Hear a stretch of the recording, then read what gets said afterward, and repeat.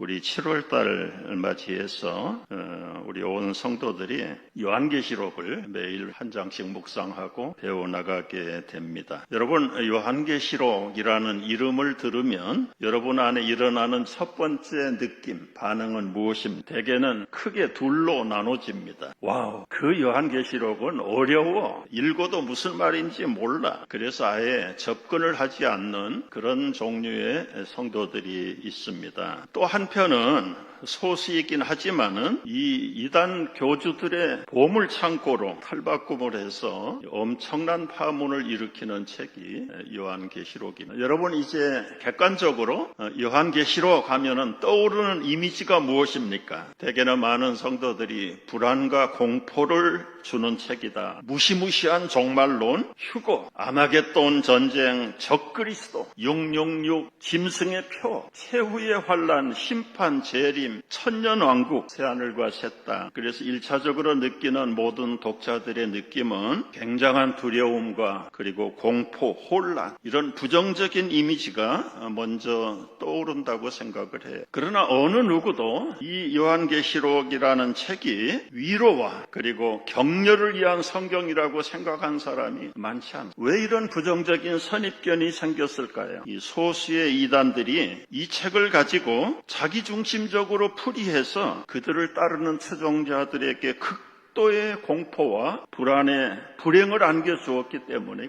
결국 소수의 추종자들이 요즘 말로 말하면 가스라이팅을 당하는 거예요. 세뇌 교육을 받는 거예요. 그런데 궁극적으로는 그 교주들의 노예가 되어버리는 것이. 또 하나의 약점이 있어요. 보통 사람들의 마음에는 이 신비에 대한 경외감이 본능적으로 있습니다. 여러분, 이런 현상의 그림이나 사진을 보면 어떤 느낌을 갖게 될까요? 사진 하나를 보실 텐데요. 이게 지난 6월 23일 날 필리핀 어느 천주교의 상공에 나타난 구름의 모양입니다. 너무 작아서 안 보이나요? 좀 확대해 보시죠. 이 신비한 경험, 자기들의 눈으로 보면서 저 구름을 누구라고 생각을 하고 믿어요? 다시 오시는 예수님이 나타나셨다. 이 소문이 금세 퍼져서 8,000명이 되는 필리핀 천주교 성도들이 모였다고. 여러분, 단순히 눈으로만 목격한 것이었을까요? 필리핀 천주교의 성도들은 안 봐도 비디오에 십자가를 긋고 손을 모으고, 대부분은 그렇게 하지만 어떤 소수들은 땅바닥에 엎드려 절을 하면서 소원을 빌기도 하고 두 손을 들고 환호하는 사람들도 나오고. 그러나 여러분, 냉철하게 생각해 보세요. 저 구름 하나가 예수님일까요? 궁극적으로 말하면 자연현상의 한 부분이. 그런데 저 신비와 경외감에 빠지게 하는 일종의 미혹을 받는 것은 누구 책임입니까? 마귀가 아니에요. 내 안에 있는 잘못된 분별력, 때로는 잘못된 자기중심의 판단력이 이런 해프닝을 만들어내는 것이. 나의 영적인 무지 때문에 시작된 불행이 얼마나 많은지 몰라요. 그래서 오늘 요한계시록 1장 시작하면서 이 요한계시록이 무슨 책인가를 선포합니다. 1장 1절에 보면 첫머리가 예수 그리스도의 계시라. 이 계시라는 말은 커튼으로 이렇게 감춰져 있다가 이 커튼을 걷어내서 확실하게 보여주는 게 이 계시라는 말이. 앞으로 일어날 일들이 지금 눈으로 보는 것처럼 사도 요한에게 다 보여주시고, 그리고 그 본 것을 기록하게 한 것이 요한계시록. 근데 문제는 요한이 기록한 이 계시록을 잘못 이해하면 자기중심적으로, 아니면 어떤 소수의 이단들의 주장을 받아들이기 시작하면 엄청난 불행과 비극을. 어느 부부가 결혼을 했는데 아기를 낳았어요. 근데 이 부부들의 혈액형은 O형입니다. 여러분, O형과 O형이 만나면 그의 자녀들의 혈액형은 무슨 형입니까? O형 밖에는 다른 게 생기면 안 되는 거예요. 그런데 첫 아이가 학교에 들어가서 어느 날 교통사고를 병원에 입원했다는 소식을 듣고 그 엄마 아빠가 병원에 쫓아갔어요. 그런데 가서 써붙여 있는 혈액형을 보니까 B형으로 붙어있는. 아들이 사고가 났다는 충격보다 더 놀라운 일이 이 남편 안에 일어나기 시작. 도대체 이 아이 아빠는, 아니 어떻게 이런 일이. 그 순간부터 아이의 사고보다는 아내에 대한 의심이 스물스물 일어나기 시작. 도대체 이 아들은 누구의 아들이란 말인가? 평화롭던 사이가 어두워졌습니다. 아내에 대한 의심증이 마침내는 컨트롤이 안 돼서 이혼을 하는 비극으로 끝나게 참 얼마나 불행해요. 그리고 세월이 지나서 몇 년 후에 남편이 우연한 기회에 어느 의학 잡지를 읽었는데 O형인데도 불구하고 봄베이 O형이라는 특수한 O형이 있다. 같은 O형인데도 이 봄베이 O형을 가질 때에는 자녀들 가운데 A형, B형이 나올 수 있다. 그것을 모처럼 이것을 알게 된 남편의 충격은 아내의 부정에 대한 것이 아니라 내가 이런 이론이 있었다는 것을 전혀 몰랐고 내가 모르는 이 무지 때문에 한 가정이 깨어졌다는 그 사실이 너무너무 큰 아픔과 충격으로 왔다. 무지가 부부를 깨고 가정을 깨버린 것처럼 요한계시록에 대한 무지 때문에 교회를 떠나고 가족들이 헤어지고 가정이 깨어지는 불행한 일들이 오늘날도 얼마나 많은지 모릅니다. 가끔 다큐멘터리를 보게 되면 돌아오지 않는 아내를 돌려달라고, 금보다 귀한 자식들이 이단에게 빼앗겨가지고 영원히 돌아오지 못하는 그 부모들이 몇 날 며칠을 가서 데모하고 당국에 신고를 하고, 그런 비극이 지금도 우리가 알지 못해서 그렇지 계속 일어나고 있어요. 거짓교리에 현혹을 받아가지고 잘나가던 인생을 포기하고 직장인과 사업을 다 걷어치우고 모든 재산을 몽땅 교주에게 바치고 휴거할 날만 기다리고 있는, 그리고는 강제 노동에 시달리는 불쌍한 사람들이 한국만 있는 게 아니에요. 미국에도 엄청난 사람. 그래서 우리를 미혹하는 이 마귀의 1차적인 경고는 무엇입니까? 이단이 문제가 아니고 마귀가 문제가 아니고 분별력이 없는 내가 문제예요. 여러분, 이런 분별력이 없는 일이 작은 일이라고 생각하시면 부모도 모르는 사이에 우리 아이들이 호기심이 있어서 어느 그룹에 갔다가 말씀을 가까이 하다가 미혹을 받아서 빼앗기는 일들이 일어나기 전에 우리 자신이 깨어서 말씀의 뜻을 제대로 이해해야 되는. 문제는 무엇입니까? 다가올 미래를 대비하라. 호기심이 발동합니다. 천국의 비밀 와서 들으라. 그 사람이 누군데? 어디 있는데? 요한계시록에 있어. 저자는 사도 요한. 우스갯소리지만 에이, 성경에 있는 거 말하지 말고 성경에 없는 신비한 얘기를 좀 해봐. 여러분, 이것이 잘못된, 성경에 없는 것은 천사가 말을 해도 그건 가짜입니다. 성경에 있는 말씀을 듣고 믿고 따라야 되는 것이죠. 이런 사람들의 가벼운 마음이 엄청난 비극을 일어난 미국의 케이스 몇 가지를, 윌리엄 밀러라고 하는 사람이 있었어요. 이 사람은 평범한 침례교 성도였어요. 그런데 다니엘서를 읽다가 시한부 종말론을 만들어, 한국 사람만 미혹을 받는 거 아니에요. 한 사람의 잘못된 판단이 수많은 추종자들을 일으켜. 그래서 이제 시한부 종말론은 날짜를 말하는 거잖아요. 몇 월 며칠 언제 예수님이 오신다. 그러니까 모든 추종자들이 다 포기하고 따랐는데 온다는 그 날짜에 부도가 났어요. 미국에서는 아주 큰 실망이 있다. 그레이트 디서포인트 하면은 그 윌리엄 밀러 사건을 대표적으로 꽂아. 그래서 대부분 많은 따르던 추종자들이 흩어져 버렸는데 결과적으로는 이 윌리엄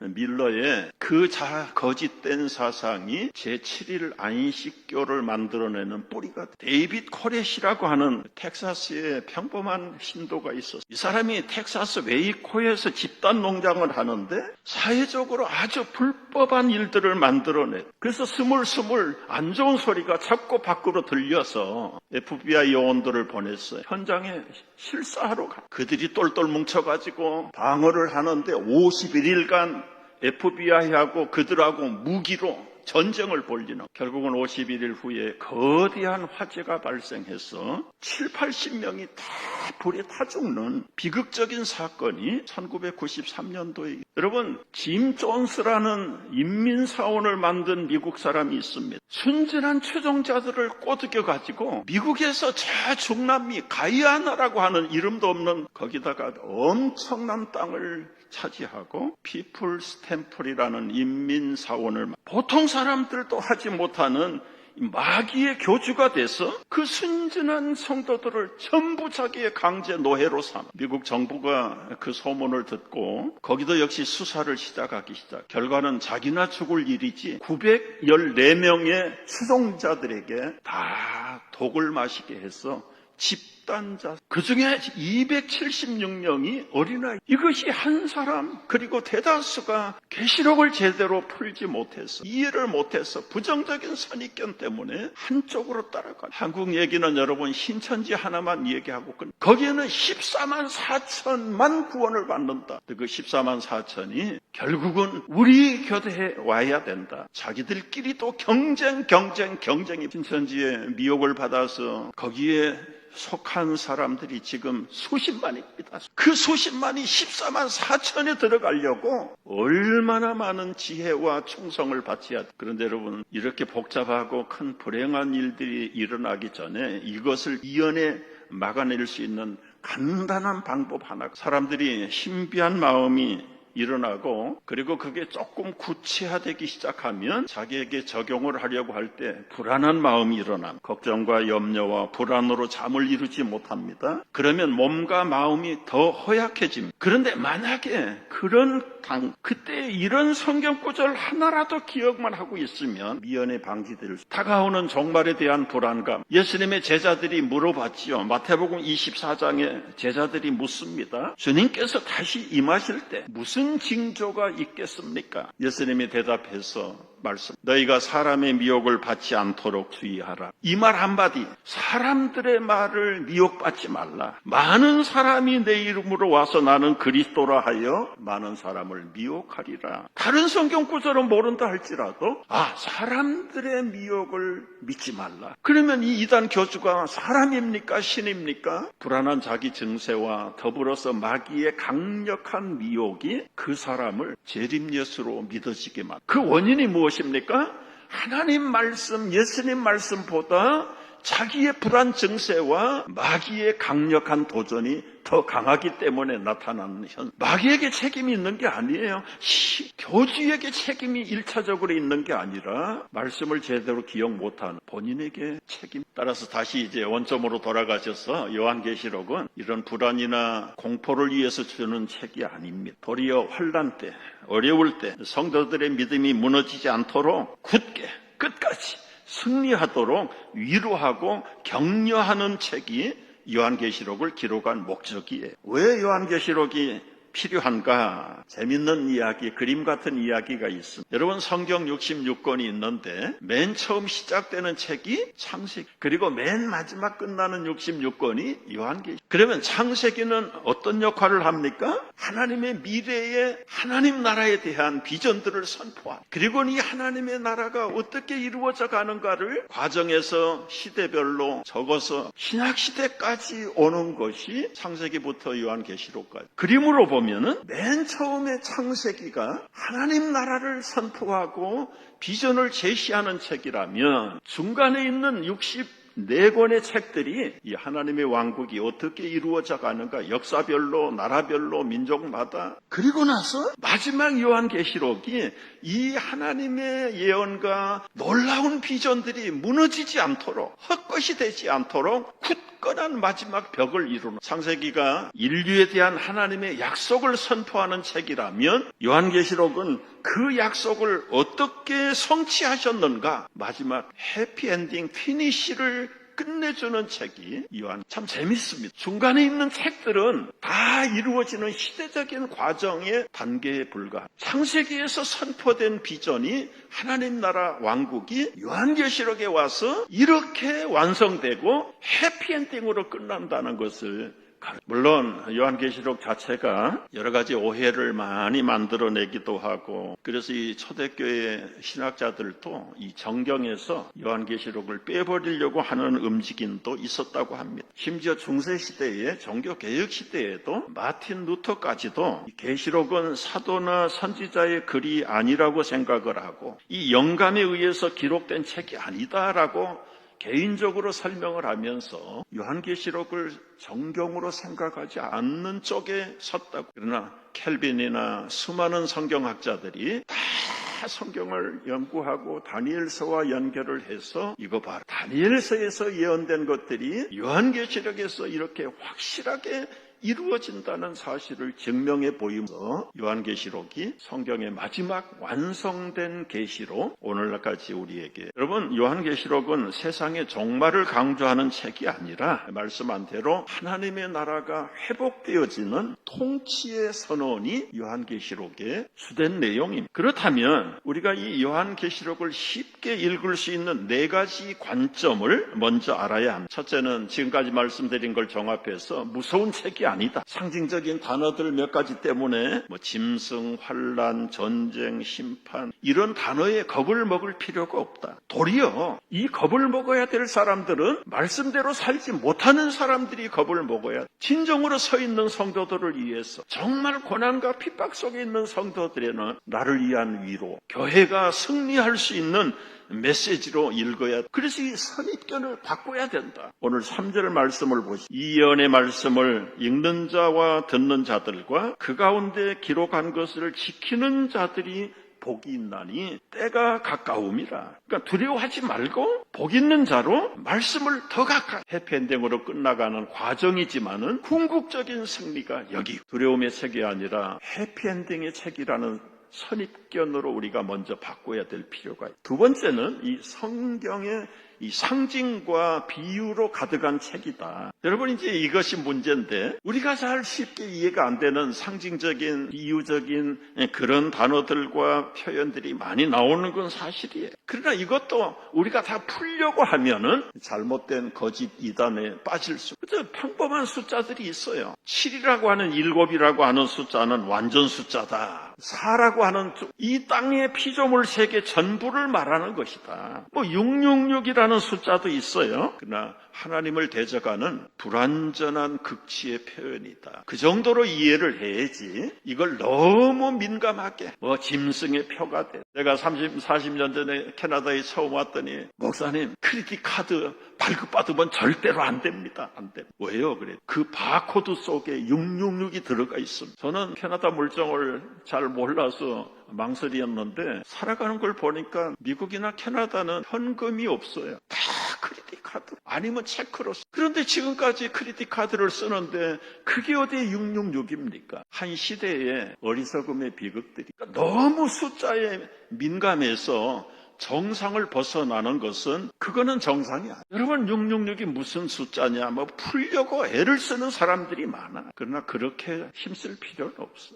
이게 하나님을 대적하는 그저 영적인 무리들을 나타내는 이미지, 그 정도로 알아요. 세 번째는 현재와 미래를 함께 비추는 메시지가 이 요한계시록이다.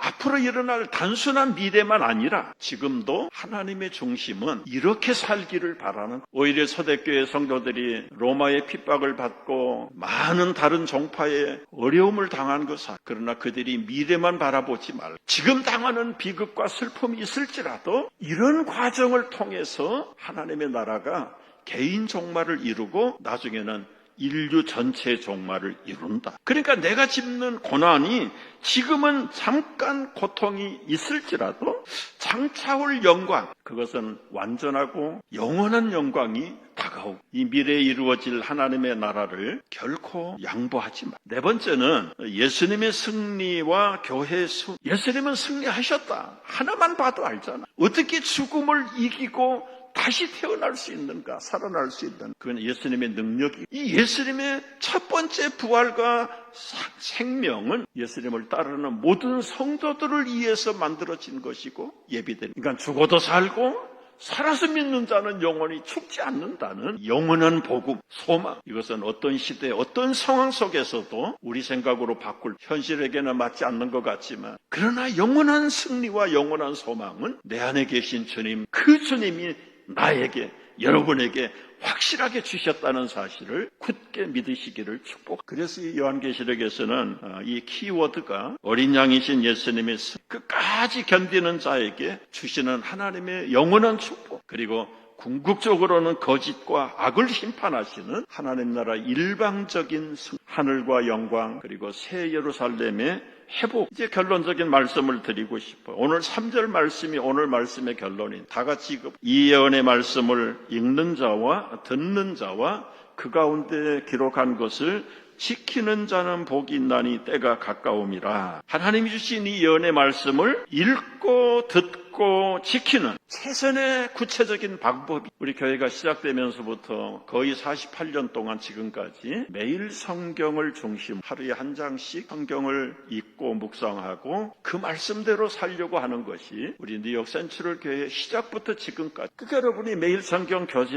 텍스트를 하나 구입을 하든지 아니면 원래는 성경이 우리 텍스트북이자 그 정해진 한 장 한 장을 매일 읽고 이해가 잘 안 되면 새벽기도에 우리 목사님들의 설교를 참고하시고 그리고 여러분 스스로가 이 말씀에 대한 뜻이 무엇인가를 이해하려고 노력하는 것이 너무나 숫자나 상징에 집착하지 말고 핵심적인 메시지가 뭐냐? 두려움보다는 궁극적인 위로와 승리를 주시고자 하시는 예수님의 계시가 이 말씀의 핵심이다. 여러분 이런 새로운 선입견 그리고 긍정적인 성경 읽기 이것이 여러분이 개인적으로 묵상을 하고 한 달에 한 번이라도 우리 또래의 선교회 멤버들이 모였을 때에 다른 얘기보다 지난 주간 지난 한 달 동안 말씀을 통해서 주셨던 깨달음과 은혜들을 서로 쉐어링하고 나누는 것이 우리 성도의 진정한 공동체가 강건해지는 그 교통이 하나가 되어지는 모임이 바로 우리 선교의 모임이고 성도의 교제의 모임. 오늘 이 7월 한 달 동안 여러분